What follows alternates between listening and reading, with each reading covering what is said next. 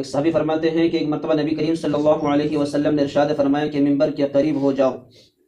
ہم لوگ حاضر ہوئے، جب حضور اقدس صلی اللہ علیہ وسلم نے ممبر کے پہلے درجے پر قدم رکھا فرمایا آمین، جب دوسرے درجے پر قدم رکھا فرمایا آمین، جب تیسرے درجے پر قدم رکھا تو پھر فرمایا آمین۔ جب آپ صلی اللہ علیہ وسلم خطبہ سے فارغ ہو کر نیچے اترے تو صحابہ نے عرض کیا، یا رسول اللہ صلی اللہ علیہ وسلم، ہم نے آج سے پہلے اس طرح کا منظر کبھی نہیں دیکھا، ایسی باتیں نہیں سنی۔ آپ صلی اللہ علیہ وسلم نے ارشاد فرمایا کہ اس وقت حضرت جبرائیل علیہ السلام میرے سامنے آئے، جب میں پہلے درجے پر قدم رکھا تو انہوں نے کہا، ہلاک ہو جاوے وہ شخص جس کو رمضان المبارک کا مہینہ اپنی زندگی میں پایا ہو، اس کے باوجود بھی وہ اپنے آپ کی مغفرت نہ کرائے۔ فرمایا کہ ایسے شخص ہلاک ہے۔ اللہ کے نبی علیہ السلام نے فرمایا کہ آمین کہا۔ پھر جب دوسرے درجے پر قدم رکھا تو فرمایا کہ ہلاک ہو جاوے وہ شخص جس کے سامنے اللہ کے نبی علیہ السلام کا ذکر ہو اور وہ اپنے زبان سے درود نہ پڑھے۔ جب بھی اللہ کے نبی کا ذکر ہو تو صلی اللہ علیہ وسلم کہنا چاہیے۔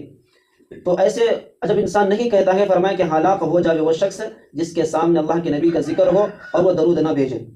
تیسرا فرمایا کہ ہلاک ہو جاوے وہ شخص جس کے سامنے یعنی ان کے والدین ہو اور بڑھاپے کے عالم میں پہنچ چکا ہو اور اس کی خدمت کر کے اپنے آپ کو جنت کی مستحق نہ بنائے۔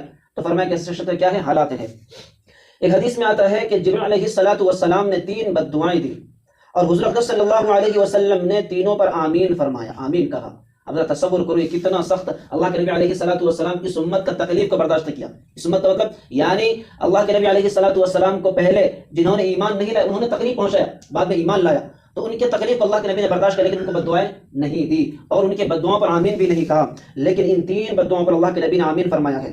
اول جبرائیل علیہ السلام فرشتوں کے امیر ہے، یعنی فرشتوں میں سب سے افضل فرشتہ کون ہے؟ حضرت جبرائیل علیہ السلام ہے۔ پھر آپ صلی اللہ علیہ وسلم کی آمین تمام نبیوں میں افضل، اور اللہ کے نبی علیہ السلام کے مقام و مرتبہ پورے کائنات کے نظام سے بڑھ کر ہے۔ اور آپ صلی اللہ علیہ وسلم جب آمین کہا ہو اور اس دعا میں حضرت جبرائیل علیہ السلام بھی شامل ہو کہ بتاؤ وہ دعا رد ہو سکتی ہے یا وہ بد دعا رد ہو سکتی ہے؟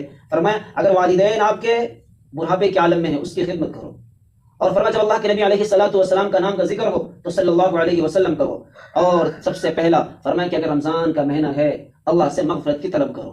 فرمایا کہ اگر مغفرت کی طلب نہ کر سکے، فرمایا کہ یہ شخص کیا حالات ہے، وہ کیوں؟ مغفرت کی طلب تبھی پیدا ہوگا جب روزے میں ہماری کیا ہوں گے؟ خشوع ہوں گے۔ فرمایا کہ روزے کے 3 درجے ہیں۔ کتنے درجے بولو؟ 3 درجے ہیں۔ پہلا ہے سب سے ادنا، پھر درمیانی حصہ، پھر اعلیٰ درجہ۔ ہمارے اور آپ کی روزہ جو ہے نا وہ ادنا درجے میں آتا ہے۔ وہ کیوں بولو ذرا؟